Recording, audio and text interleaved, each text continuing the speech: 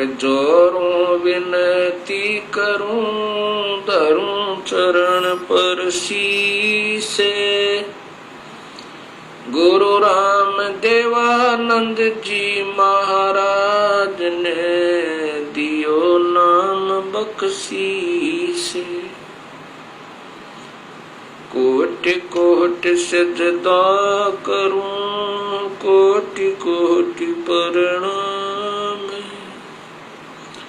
चरण कमल में राखियो, मैं बंदी जाम गुलाम। कबीर ये तन विष की बेलड़ी, गुरु अमृत की खान। शीस दिए जो गुरु मिले, तो भी सस्ता जाने। सात दीप नौ खंड में, गुरु से बड़ा ना कोई। करता करे न कर सक, गुरु कर सो होय। ग्रीब नमो नमो सतपुरुष को, नमस्कार गुरु कीन। सुर नर मुनि जन साधवा, संतों सर्वस दीन। सतगुरु साहिब संत सब, दंडवोतम प्रणामी। आगे पीछे मध्य हुए, तिनको जा कुर्बानी। निराकार निर्विषम, काल जाल भयभंजनम। निर्लेपम निज निर्गुणम, अकल अनुप बेसुंधुनम। सोहम सुरत समापतम, सकल समाना नीरतले। उज्ज्वल हिरंबरे हरदमम, बेपरवाह था है वार पार नहीं मदतम। ग्रीब जो सुमर सिद्ध होई, गणनायक गलताना। करो अनुग्रह सोई, हे पारस पद परवाना। आद्य गणेश मनाऊं, गणनायक देवन देवा। चरण कमल लोलाऊं, आद्य अंत करूं सेवा। परम शक्ति संगीतम, रिद्धि सिद्धि दाता सोई। अवगत गुण अतीतम, सतपुरुष निर्मोही। जगदम्बा जगदीशम, मंगल रूप मुरारी। तन मन अर्पों शीसम, भक्ति मुक्ति भंडारी। सुर नर मुनि जन ध्यावे, ब्रह्मा विष्णु महेशा। शेष शेष मुख गावे, पूज्य आद्य गणेशा। इंद्र कुबेर सरीखा, वरुण धर्म राय ध्यावे। समर्थ जीवन जी का, मन इच्छा फल पावे। 33 कोटि आधारा, ध्यावे शेष 88। उतरे भव जल पारा, कट है यम की फांसी। 33 कोटि आधारा, ध्यावे शेष 88। उतरे भव जल पारा, कट है यम की फांसी।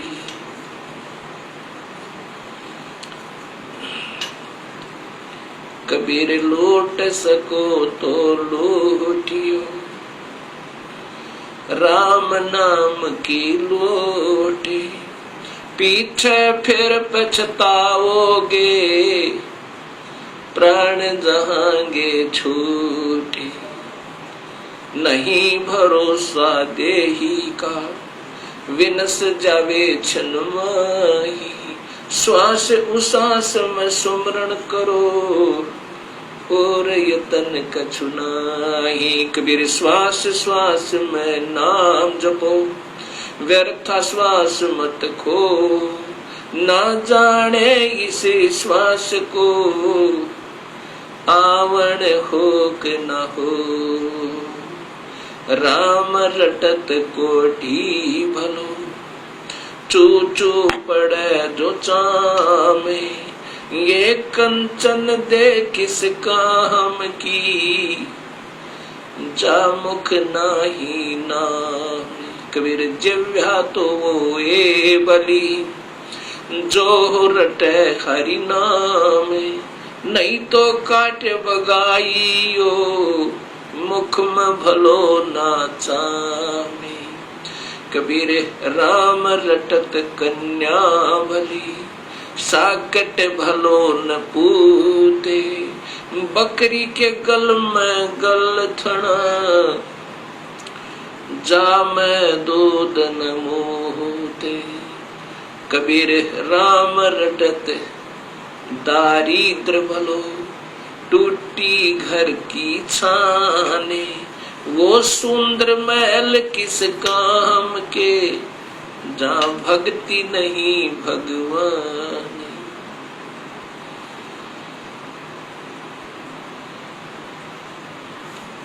परमपिता परमात्मा पूर्ण ब्रह्म भगवान कबीर साहिब की असीम कृपा से परिभाषा प्रभु की सर्वभक्त समाज के समक्ष पहुंची। इस सत्य ज्ञान को श्रवण करके तथा टीवी के ऊपर देखकर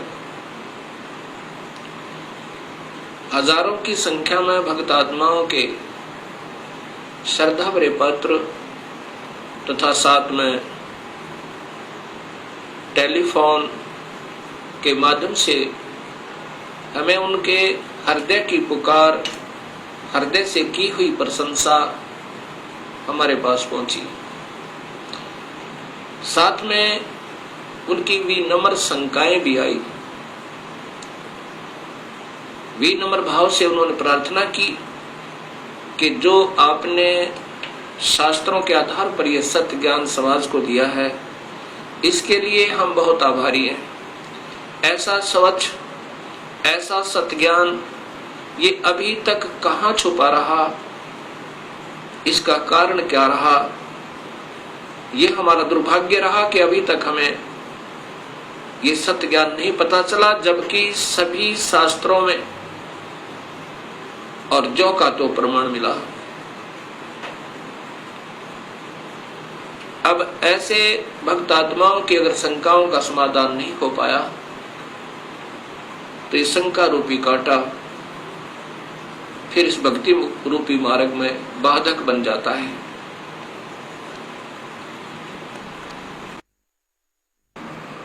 इसके लिए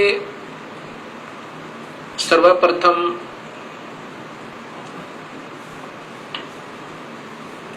सृष्टि रचना का ज्ञान होना बहुत जरूरी है। जब तक हम सृष्टि रचना को ढंग से नहीं समझ पाएंगे, तब तक हम इस सत्य ज्ञान को नहीं कैच कर सकते, नहीं पकड़ सकते, नहीं समझ सकते। सृष्टि रचना के बारे में अभी तक समाज को, भगत समाज को, अपना कोई समाज नहीं है, कोई धर्म नहीं है हमारा एक ही धर्म है, मानव धर्म,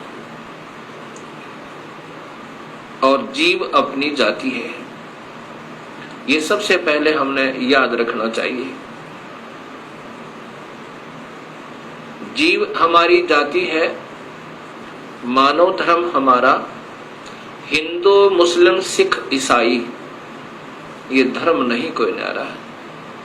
हम एक पिता की संतान है, हमारा एक ही बाप है, वो कुल मालिक पूर्ण परमात्मा।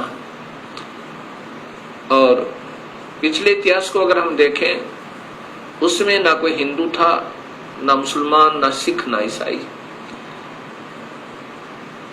आज हम कोई हिंदू बना हुआ है, इस मानव शरीर के समाप्त होने पर भक्तिहीन प्राणी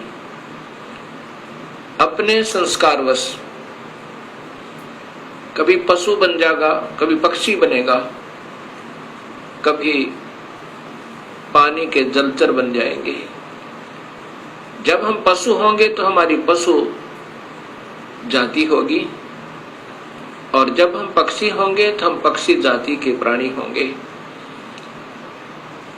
और ये भी हो सकता है कि हमारा कोई पुण्य संस्कार बचा हुआ हो, पुनर्जन्म मानव का हो, तो हम, कोई हिंदू है वो मुसलमान के घर जन्म लेगा, क्योंकि हमारे पिछले संस्कार रले मिले हैं, अलग नहीं है। सिख धर्म लगभग 300 वर्ष पूर्व 10वें गुरु गोविंद सिंह जी के द्वारा ये निर्मित हुआ, इसका उत्थान हुआ। उससे पहले सब हिंदू थे। उनके पिछले नाम राजा राम, कृपा राम, रामचंद्र, चंद्रभान, इस प्रकार के हैं। 3-4 पीढ़ी से पूर्व के जितने पूर्वज हैं वो इन नामों पर हैं। ऐसे ही इससे पहले मुसलमान धर्म नहीं था। हजरत मोहम्मद जी ने एक विशेष पवित्र मार्ग बनाया था भक्ति का, लेकिन आने वाले समय में इसमें बहुत त्रुटियां बन गई। ऐसे ही पहले ईसा जी ने एक निर्मल भक्त समाज तैयार किया था, उससे पूर्व अब्राहिम जी ने, ऐसे ये आदम जी से पहले हिंदू धर्म था,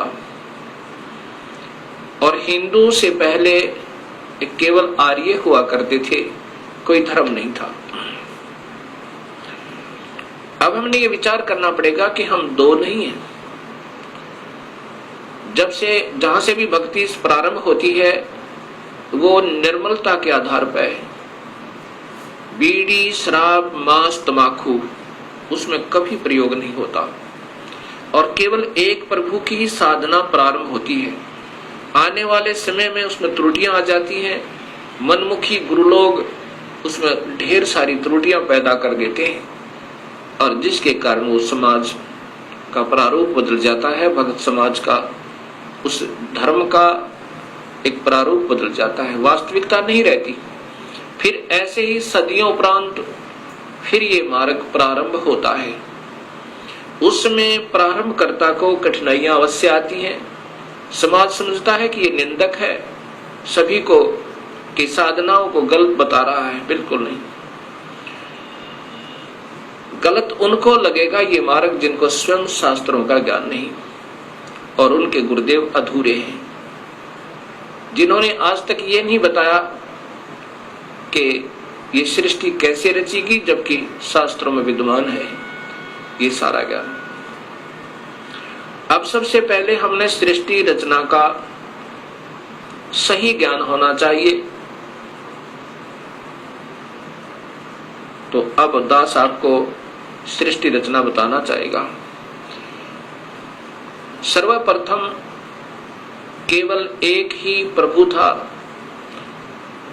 उसका नाम कबीर है। वास्तविक नाम उस परमात्मा का कबीर है। वो अनामी लोक में, अकय लोक में रहता था, और वहीं पर हम सब जीव उसी परमेश्वर कबीर में समाये हुए थे। उसके बाद उस परमात्मा ने स्वयं प्रकट होकर, अर्थात अपने उस अनामी लोक में स्वयं ही 3 नीचे के लोकों की ओर रचना की। अलख लोक, अगम लोक, फिर अलख लोक, और नीचे का सत्यलोक।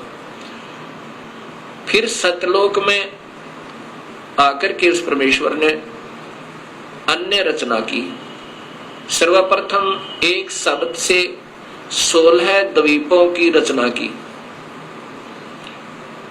उसके बाद 16 शब्द फिर उच्चारण किए, उनसे अपने 16 पुत्रों का निर्माण किया, उनकी शब्द से उत्पत्ति की, वचन से। और उनको उन 16 द्वीपों में रहने की आज्ञा दी। उनमें से एक पुत्र अचिंत को उस सतपुरुष ने, क्योंकि सतलोक में उपमात्मक नाम उसी कबीर परमेश्वर का सतपुरुष, नि अक्षर पुरुष, परम अक्षर पुरुष, शब्द स्वरूपी राम, अकाल मूर्त, पूर्ण ब्रह्म, ये उनके उपमात्मक नाम है और वास्तविक नाम उस परमेश्वर का कबीर है।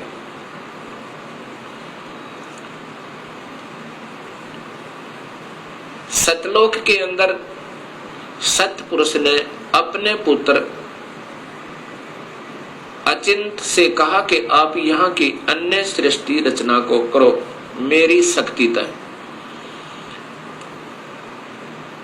अचिंत ने अपनी शब्द शक्ति से अक्षर पुरुष परब्रह्म की उत्पत्ति की और उससे कहा कि मेरा सहयोग दो यहाँ सतलोक में अन्य सृष्टि रचना करने का। अक्षर पुरुष अर्थात ये परब्रह्म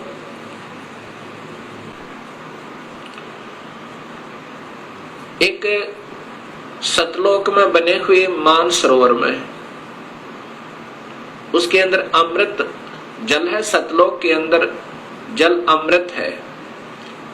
उस अमृत सरोवर में प्रवेश कर गए और वहां आनंद से विश्राम करने लगे। अक्षर पुरुष को निद्रा आ गई। सतलोक के अंदर श्वासों से शरीर नहीं है। काफी समय तक सोते रहे। तब सतपुरुष ने अपनी शब्द शक्ति से एक अंडा, जल अमृत तत्व से एक अंडा बनाया और उसमें एक आत्मा प्रवेश की। उस आत्मा समेत उस अंडे को उस जल में डाला, अमृत सरोवर में, उस मान सरोवर में। वो अंडा गड़गड़ गड़गड़ करता हुआ नीचे जा रहा है तो अक्षर पुरुष अर्थात इस पार ब्रह्म की निद्रा भंग हुई। जब ही कोई अधूरी निद्रा से जागता है उसके अंदर कुछ कोप होता है। अब जो ही उसने अपनी कोप सहित दृष्टि से देखा कि मेरी निद्रा किसने भंग कर दी, तब उसका वो कोप उस अंडे पर पड़ा। अंडा दो भाग हो गया। उसमें से ये ब्रह्म निकला, क्षर पुरुष। ब्रह्म अर्थात क्षर पुरुष, इसी को ज्योत स्वरूपी निरंजन, वास्तव में इसका नाम कैल है, कैल। और यही आगे चल के काल कहा, ये आने वाले इसी विवरण में आपको ज्ञान होगा। आकाशवाणी सतपुरुष ने की कि तुम दोनों बाहर आओ। अक्षर पुरुष तुम निद्रा में थे और आपके बिना यहाँ सृष्टि नहीं रची जा रही थी। तुम दोनों बाहर आओ और तुम्हें जगाने के लिए सारी क्रिया की गई और तुम दोनों के दोनों अचिंत के लोक में रहो। ऐसे आदेश प्रभु का पाक है। वे दोनों के दोनों अचिंत के लोक में रहने लगे काफी समय तक। उसके बाद हम सभी की उत्पत्ति कबीर परमेश्वर ने, उसी सतपुरुष ने अपने शब्द शक्ति से हम सबकी उत्पत्ति वहां पर की। कुछ दिनों के बाद इस क्षर पुरुष के अर्थात ब्रह्म के मन में एक खरपतवार उपजा। इसके मन में ये आया कि मैं अपना अलग से राज्य बनाऊं। मेरे अन्य भाई सब एक एक द्वीप में रहते हैं और हम दो यानी अचिंत और ब्रह्म और साथ में ये अक्षर पुरुष पर ब्रह्म भी, हम एक ही द्वीप में रह रहे हैं। मैं अपना अलग राज्य चाहूंगा। इस उद्देश्य से ब्रह्म ने, क्षर पुरुष ने, ज्योत स्वरूपी निरंजन ने 70 युग तक अलग से एक पैर पर खड़ा होकर तपस्या की। जब ये तपस्या कर रहा था हम ये सभी आत्माएं जो आज काल के लोक में दुख पा रहे हैं, चाहे आज कोई देव बना है, चाहे कोई महादेव बना है, चाहे आज कोई शूकर बना है, चाहे कोई गधा बना है, चाहे कोई राजा बना है, चाहे कोई रंक बना है, पशु या पक्षी बना हुआ है, ये सभी की सभी आत्माएं हम इस काल के ऊपर अर्थात इस ब्रह्म के ऊपर आसक्त हो गए। और यही बीमारी आज हमारे अंदर विद्यमान है, यही प्रक्रिया। जैसे ये नादान बच्चे किसी हीरो और हीरोइन को देखकर उसकी अदाओं के ऊपर इतने आसक्त हो जाते हैं कि वो अगर आसपास कहीं किसी शहर में वो हीरो, वो अभिनेता या अभिनेत्री आ जाए, लाखों की संख्या में उनके दर्शनार्थ भीड़ उमड़ जाए और लेना एक न देने दो, कुछ मिलना नहीं उससे। ऐसी हमारी वृत्ति वहां बिगड़ी थी सत्यलोक में। हम वहां रहा करते थे अपने पिता के पास, कोई दुख नहीं था, कोई मृत्यु नहीं थी, हमारे परिवार थे, हम प्यार से रहा करते थे। लेकिन वहां हम अपने पति भर्ता पद से गिर गए, अपने मूल मालिक उस पूर्ण ब्रह्म जो सर्व सुखदायी सदा सहाय आत्मा का आधार वास्तव में भगवान है, जो जीव को दुखी नहीं करता, जन्म मरण के कष्ट में नहीं डालता, कुत्ते और गधे नहीं बनाता, उसको छोड़कर और हम इस काल यानी ब्रह्म के ऊपर आसक्त होगी।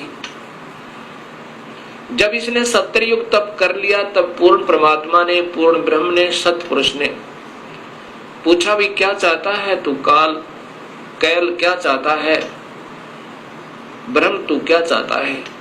तब इस ज्योत स्वरूपी निरंजन ने कहा कि पिताजी, ये स्थान जहां मैं रह रहा हूं ये कम है, मुझे अलग से राज्य दो। तब उस पूर्ण ब्रह्म ने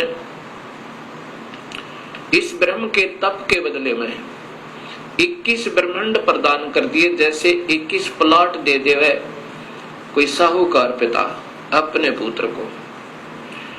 21 ब्रह्मांडों को पाकर ये ज्योत निरंजन बड़ा प्रसन्न हुआ। कुछ दिनों के बाद इसके मन में आया कि इसमें कोई अन्य रचना करूं, उसके लिए कुछ सामान पिताजी से मांगू। इसने सत्ययुग तप फिर किया। तब सतपुरुष ने पूछा कि आप क्या चाहते हो, आपको 21 ब्रह्मांड प्रदान कर दिए। तब इस ब्रह्म ने कहा कि पिताजी, इसमें कुछ रचना करना चाहता हूं, कृपा रचना करने की सामग्री दीजिए। सतपुरुष ने इस ब्रह्म को 5 तत्व और 3 गुण प्रदान कर दिए।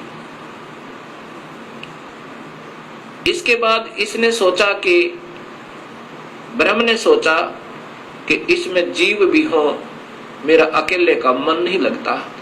इस उद्देश्य से 64 युग तप फिर किया।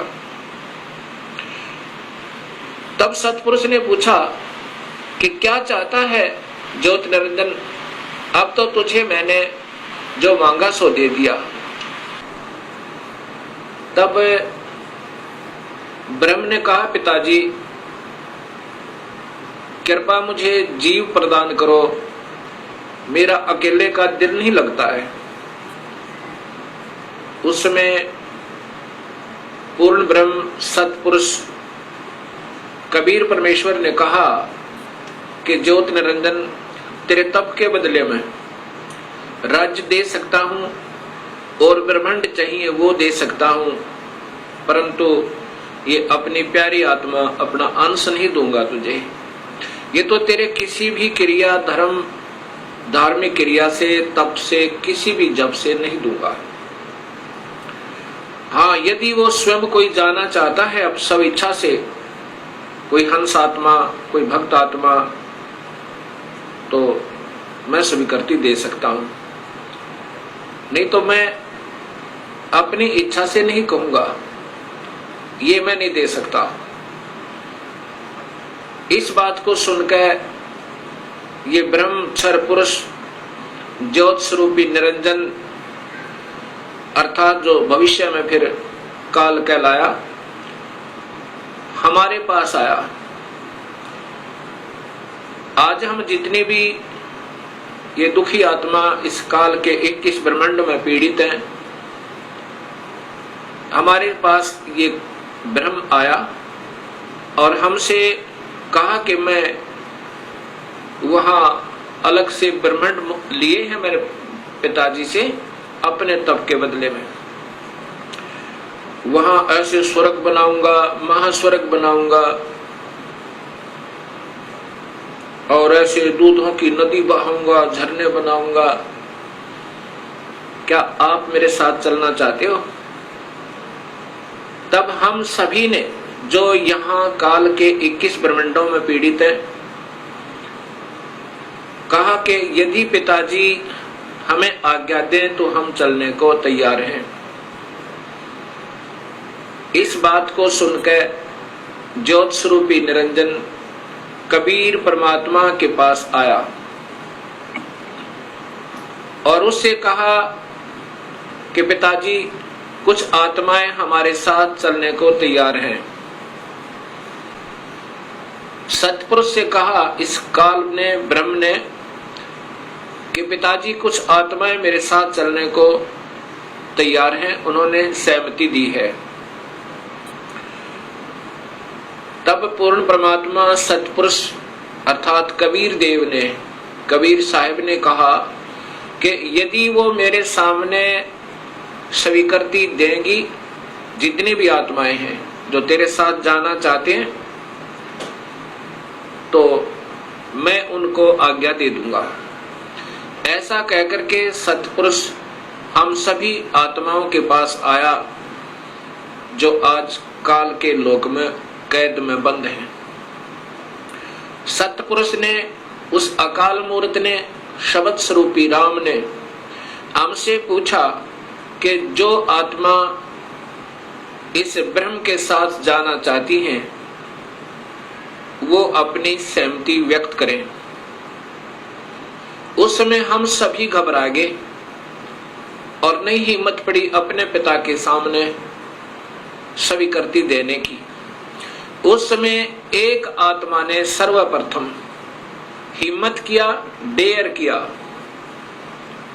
और कहा कि पिताजी मैं इस ब्रह्म के साथ जाना चाहता हूं। उसकी देखा देखी फिर हम सभी ने स्वीकृति दे दी।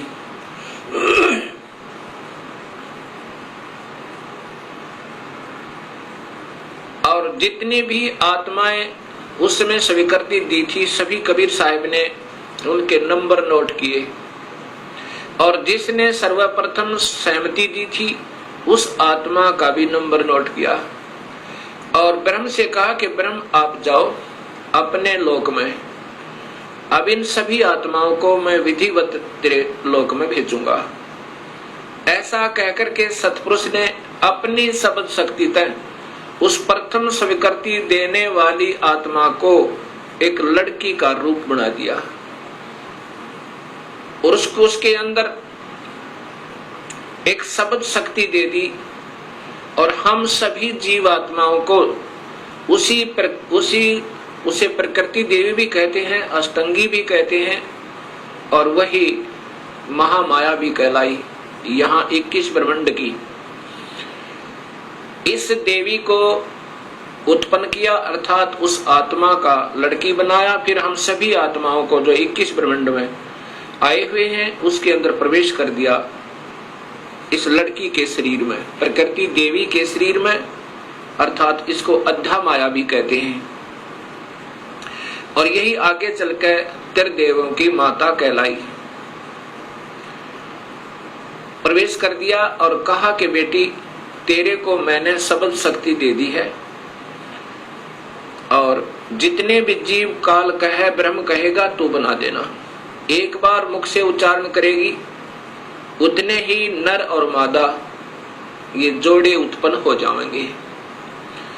अपने पुत्र सहजदास से कहा सहजदास जाओ अपनी बहन को उस ज्योत स्वरूपी निरंजन के पास छोड़ आओ और उसको बताना कि इस लड़की को, इस प्रकृति देवी को, अध्या माया को मैंने शब्द शक्ति दी है, ये जितने जीव तू कहेगा ये बना देगी।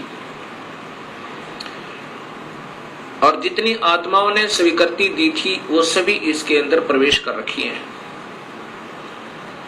सहजदास प्रकृति देवी को लेकर, अध्यामाया को लेकर ज्योत निरंजन के पास आया, उसके पास छोड़ दिया और कहा कि पिताजी ने ऐसे ऐसे कहा है, इस लड़की के पास सब शक्ति है और जितने जीव तू कहेगा ये नर और मादा अपने शब्द से उत्पन्न कर देगी। ऐसा कह करके सहजदास अपने लोक में लौट आया, अपने द्वीप में आ गया। युवा होने के कारण लड़की का रूप निखरा हुआ था। इस ज्योत स्वरूप निरंजन ब्रह्म अर्थात क्षर पुरुष के मन में नीचता उत्पन्न हुई। जो आज सब जीवों में विद्यमान है, वही व्यक्ति, वही प्रक्रिया, वही ये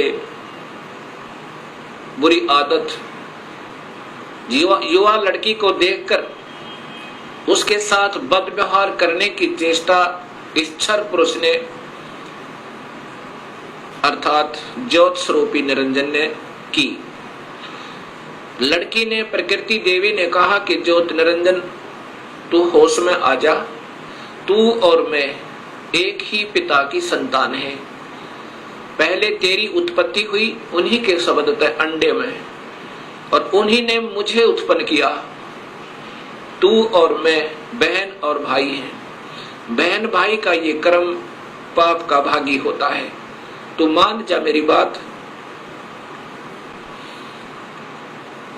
ज्योत निरंजन ने एक भी बात उस लड़की की नहीं सुनी और मदहोश होकर, विषय वासना के वश होकर, काम वश होकर उस लड़की को पकड़ने की चेष्टा की, दुष्कर्म करने के लिए। लड़की ने अपनी इज्जत बचाने का और कहीं स्थान ना पाकर, जो ही उस काल ने, ज्योत स्वरूपी निरंजन ने, क्षर पुरुष ने ऐसे मुंह खोला हुआ था आलिंगन करने के लिए, ऐसे बाजू फैलाई थी, उसी समय लड़की ने छोटा रूप बनाया, सूक्ष्म, बहुत सूक्ष्म, और उसके पेट में चली गई अपनी इज्जत रक्षा के लिए। वहां से अपने पिता से पुकार की, हे परम पिता, हे सतपुरुष, हे कबीर परमेश्वर, मेरी रक्षा करो। इस प्रकार मैं काल से अपनी इज्जत रक्षा के लिए, इस ब्रह्म से अपनी इज्जत रक्षा के लिए इसके पेट में प्रवेश हूं और मुझे आकर मेरी रक्षा करो, मुझे बचाओ इससे।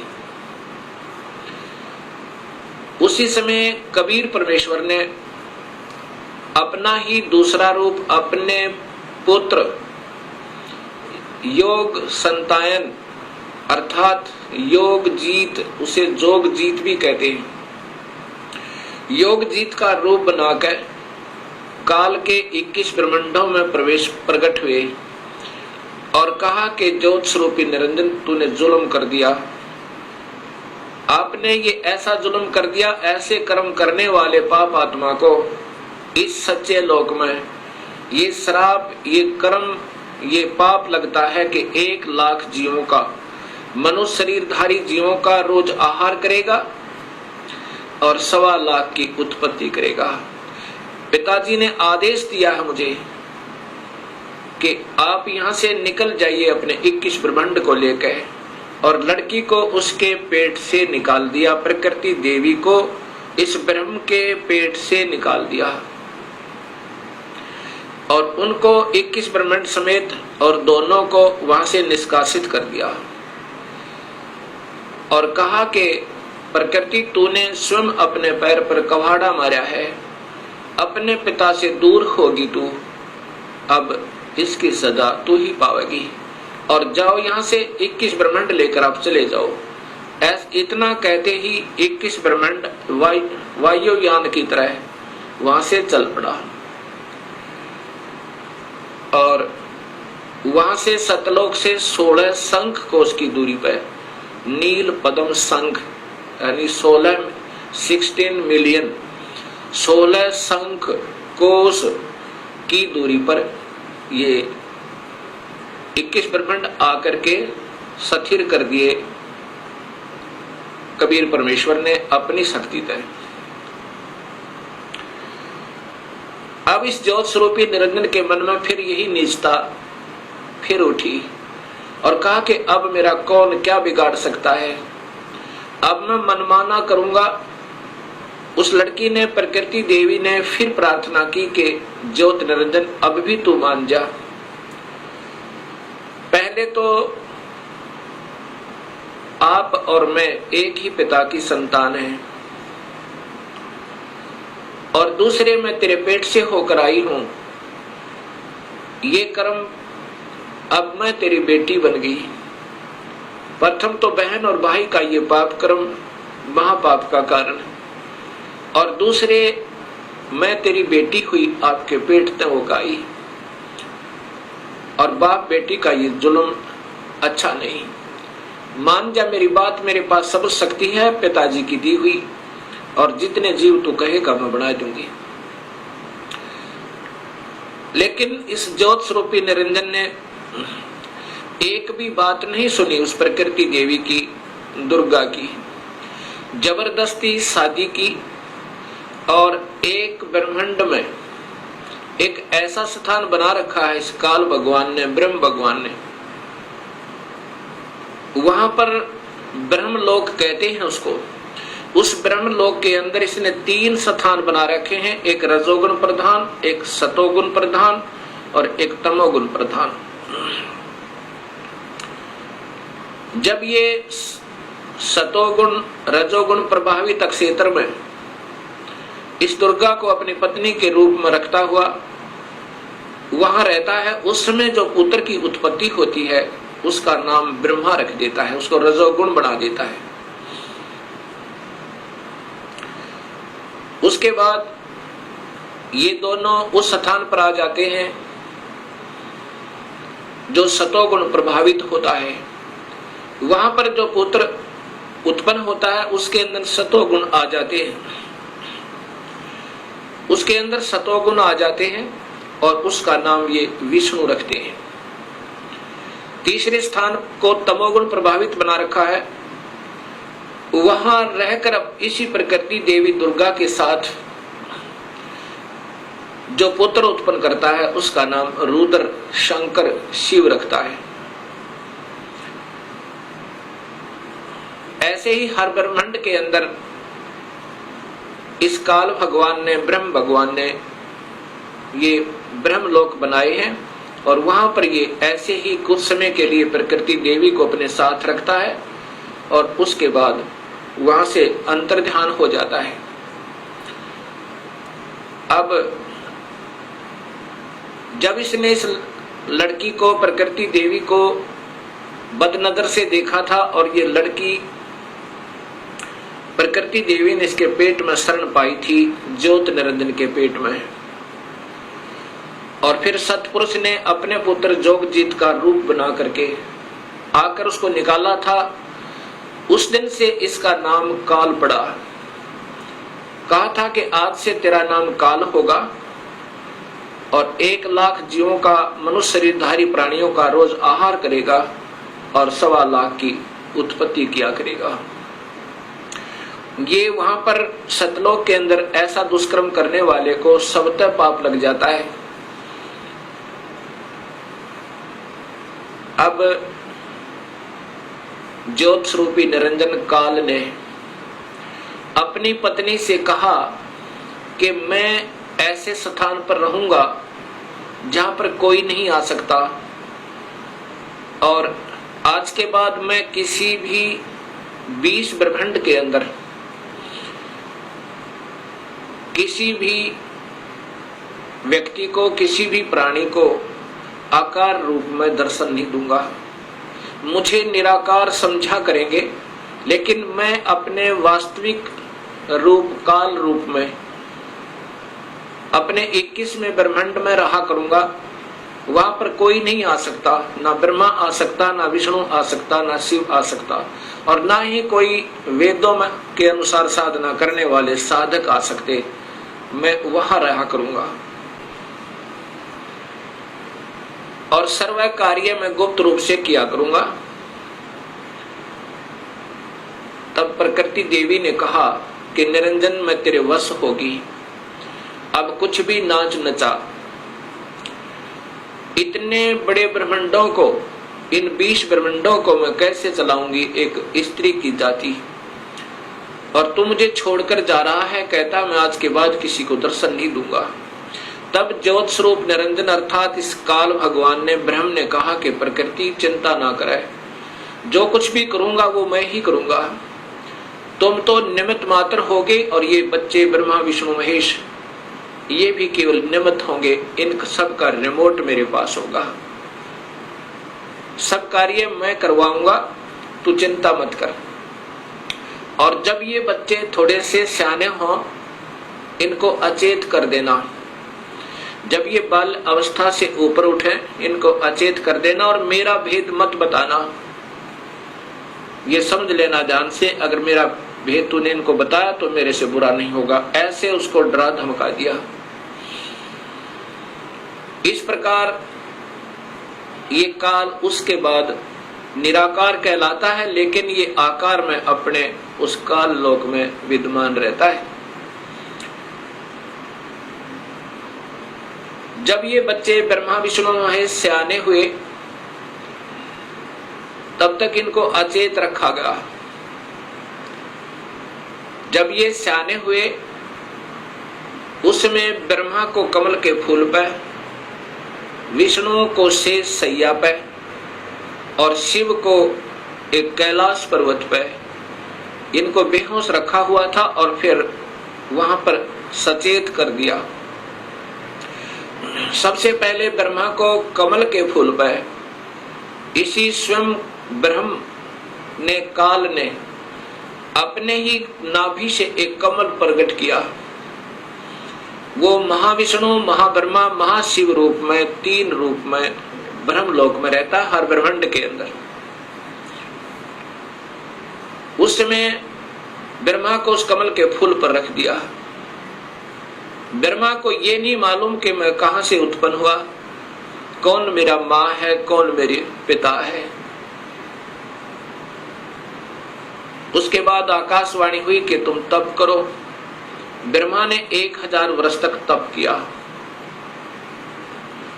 फिर आकाशवाणी हुई कि सृष्टि करो। तब ब्रह्मा ने सोचा कि मैं काहे की सृष्टि करूं, सब जगह जल ही जल है, कहीं पृथ्वी दृष्टि गोचर नहीं हो रही है। इतने में मधु और कैटब नाम के 2 राक्षस काल ने प्रेरित करके और ब्रह्मा की ओर भेज दिए। ब्रह्मा डर के मारे उस कमल के फूल को के डंठल को पकड़कर नीचे उतर गया, बहुत स्पीड तय। नीचे जब आया तो उसी जल के ऊपर एक शेष सैया पर चतुर्भुज रूप में एक व्यक्ति सो रहा है। उसके हाथों में शंख, चक्र, गदा, पद्म है। जब ब्रह्मा वहां पहुंचा उसी समय उस वो विष्णु जी थे, जो त्रिलोकीय विष्णु जी थे, उनमें से एक शक्ति निकली, वो आकाश में छा गई। उस समय ये ब्रह्मा विष्णु जी होश में आए। इतने में मधु और कैटब भी पहुंच गए। मधु और कैटब के साथ भगवान विष्णु ने 5000 वर्ष तक युद्ध किया, वो नहीं मरे। फिर उस शक्ति ने जो आकाश में छाई थी एक लड़की का रूप बनाया, देवी का, और मधु कैटब को मोहित किया, अपनी ओर आकर्षित किया अपनी कलाओं से, अदाओं से। जब मधु और कैटब उस लड़की की तरफ देखने लगे तो विष्णु जी ने पीछे से उनकी गर्दन पकड़कर दोनों को मार डाला। अर्थात 5000 वर्ष तक भगवान विष्णु से 2 राक्षस नहीं मरे। वो भी तब मरे जब उस माता ने सहयोग दिया, उनको अट्रैक्ट कर लिया, आसक्त कर लिया। इससे 2 बातें सिद्ध होती हैं कि ये समर्थ नहीं है। जब 5000 वर्ष तक 2 राक्षस नहीं मर पाए भगवान विष्णु से, तब ब्रह्मा जी और विष्णु 2 थे। इतने में रुद्र अर्थात ये शिव भी वहीं प्रकट हो गया।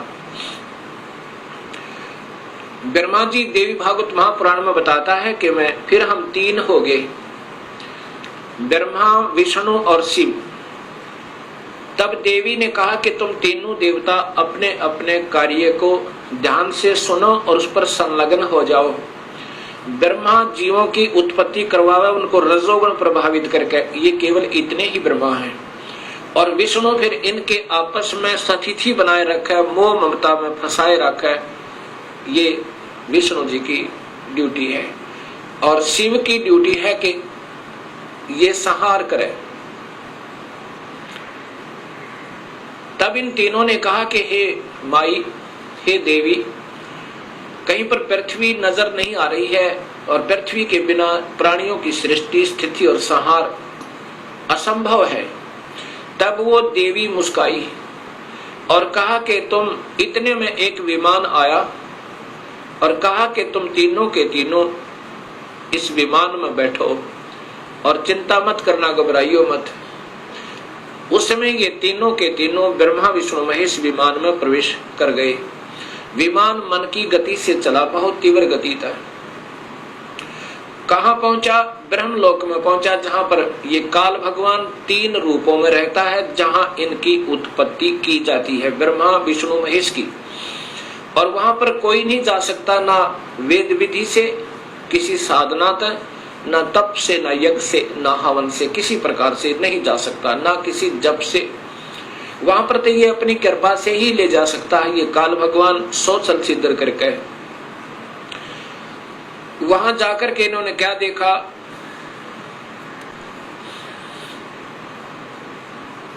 एक इंद्र देखा वहां पे, क्योंकि वो महास्वर्ग के अंदर एक महा इंद्र है।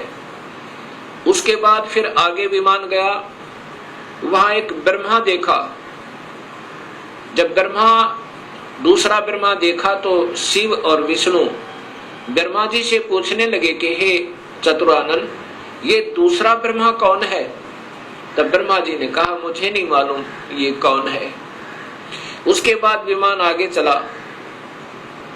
फिर क्या देखा कि एक त्रिनेत्रधारी भगवान शिव दूसरा देखा, जो नंदी वृषभ पर सवार थे, हाथ में त्रिशूल लिए हुए थे। उसके बाद इनका विमान आगे चला। वहां पर क्या देखा कि एक विष्णु और थे, और वहां बहुत सुंदर विशाल लक्ष्मी का एक भवन था, उसमें बहुत ऐश्वर्य के साधन उपलब्ध थे। उसके बाद विमान आगे पहुंचा। कहां गया? एक माई बैठी थी, जिसके शरीर में जैसे हजारों बिजलियां चमक रही हो, इतना तेज था, इतना नूर था, और वो प्रकृति देवी थी।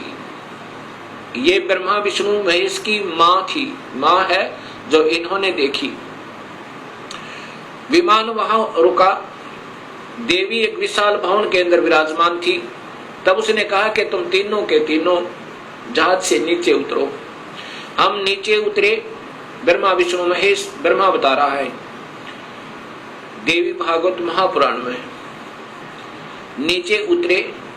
तब विष्णु जी ने ध्यान से देखा और कहा कि ये तो अपनी मां है। इस माई के दर्शन मैंने किए थे जब मैं बालक था, छोटा सा था।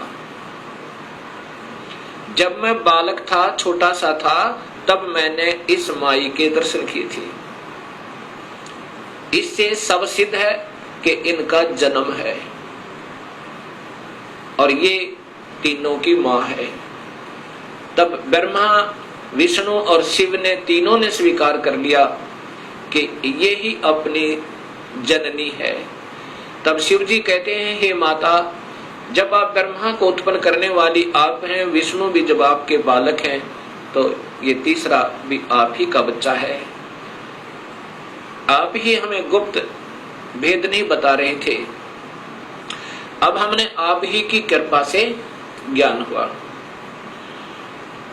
अब इसका प्रमाण आपको सबसे पहले देवी भागवत महापुराण में देता हूं। पहले आपको देवी भागवत महापुराण से प्रथम शिव पुराण को दिखाता हूं, उसके बाद फिर आपको देवी भागवत महापुराण दिखाऊंगा। और ये शास्त्र पहले से उपलब्ध थे, कोई आज नहीं बनाए इस दास ने, क्योंकि जितने हमारे अभी तक शास्त्र विद रहे वो अल्पज थे, अधूरे ज्ञान युक्त थे, वो उनको इस सत्य मार्ग का पता नहीं था। इसलिए हमारे सभी पूर्वजों को भूत बना दिया, गीता विरुद्ध साधना करवा के, और पितर बनवा दिया गीता विरुद्ध साधना करवा के। गीता में लिखा है कि देवी देवताओं की पूजा मत करो, ब्रह्मा विष्णु महेश की पूजा तक भी नहीं करनी है, तीनों गुणों की भक्ति नहीं करनी है, केवल ब्रह्म से प्रारंभ होती है भक्ति, और पूजा करनी है केवल पूर्ण ब्रह्म की। अब मैं आपको देवी भागवत, पहले आपको शिव महापुराण दिखाता हूं।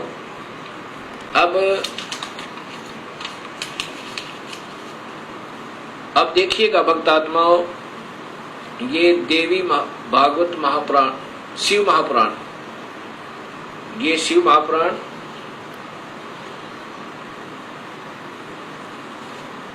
इसके अंदर आपको पता चलेगा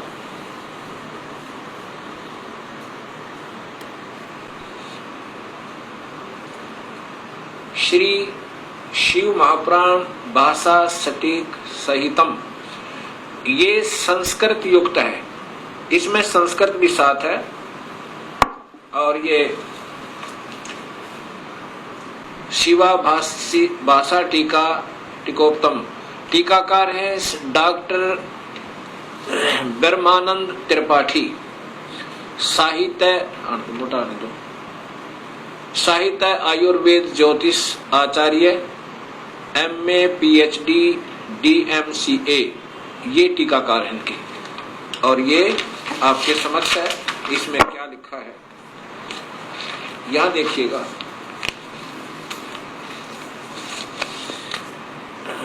यहां से पढ़िएगा। ये संस्कृत है और ये हिंदी आपको दिखाना चाहूंगा।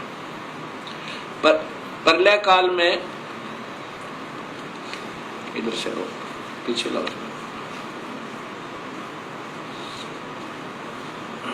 हे मुनिवर, प्रलय काल में भी शिव पार्वती का कभी वियोग न होने के कारण ही काशी को अविमुक्त अक्षेत्र कहते हैं। प्राचीन काल में शिवजी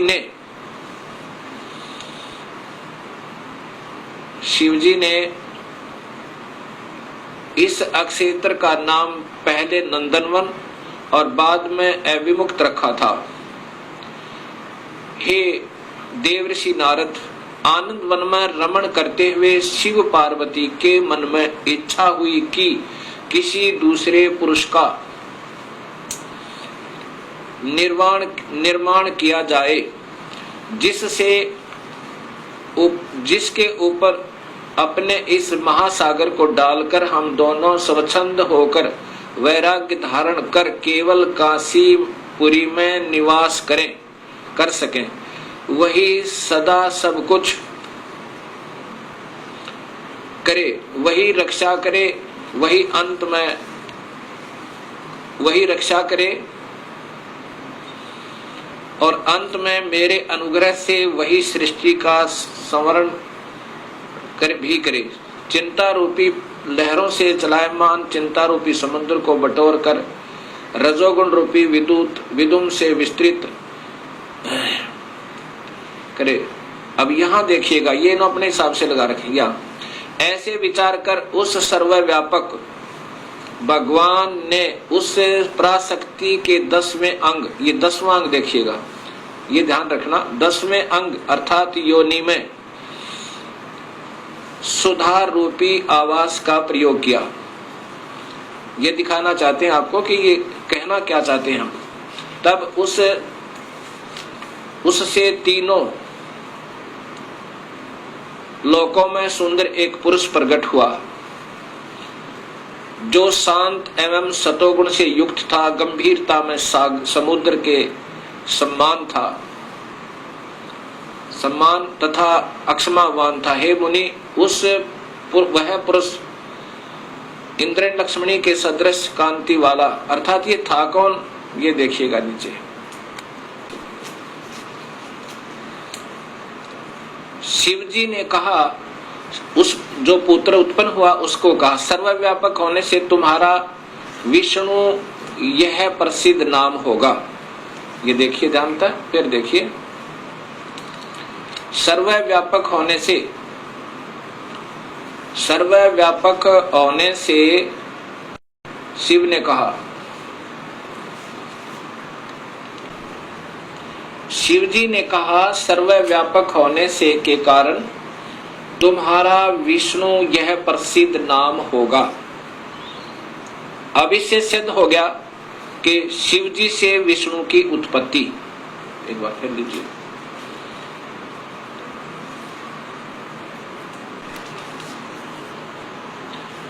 अभी आपने ये शिव महापुराण में छठे अध्याय को देखा, छठे अध्याय में कि भगवान शिव से और पार्वती के संयोगता है। पार्वती कौन? ये महाशक्ति यानी शेरा वाली प्रकृति के द्वारा विष्णु की उत्पत्ति हुई। अब सातवां अध्याय, ये संस्कृत भी साथ है। अब यहां आगे देखिएगा, ये हिंदी देखिएगा। ब्रह्मा जी ने कहा कि विष्णु भगवान के शयन करने के बाद उनकी नाभि से एकाएक बहुत बड़ा कमल पुरुष उत्पन्न हुआ, कमल पुष्प। अब ये ब्रह्मा बता रहा है लेकिन तुक्के लगा रहा, क्योंकि ये स्वयं बेहोश था पहले, इसको आप ही नहीं मालूम वो कौन से विष्णु की नाभि से मिला। ये देखिएगा, उत्पन्न हुआ जिसकी नाल टनकार फल फूल के फूल।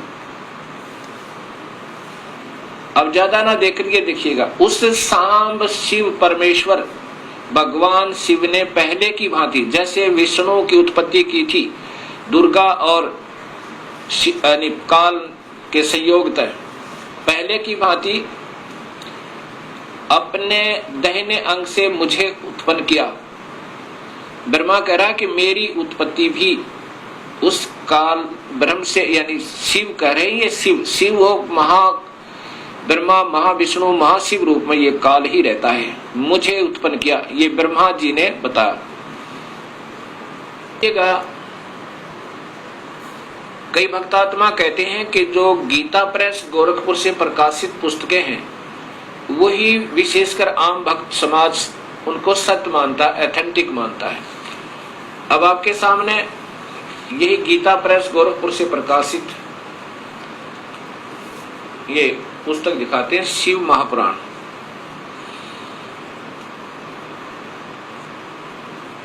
संक्षिप्त शिव महापुराण, और ये नीचे गीता प्रेस गोरखपुर से, और इसके छठे अध्याय में फिर यही प्रमाण है।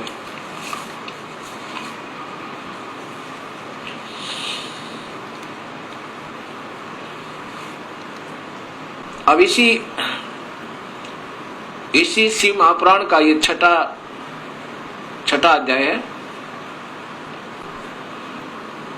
ये शिव महापुराण अध्याय नंबर 6, उसके बीच से सुना रहा हूं, आप इसको खरीद कर देख भी सकते हो।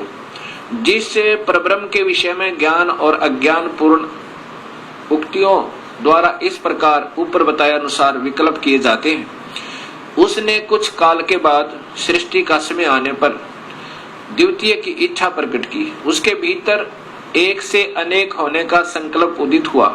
तब उस निराकार परमात्मा ने अपनी लीला शक्ति से अपने लिए मूर्ति आकार की कल्पना की।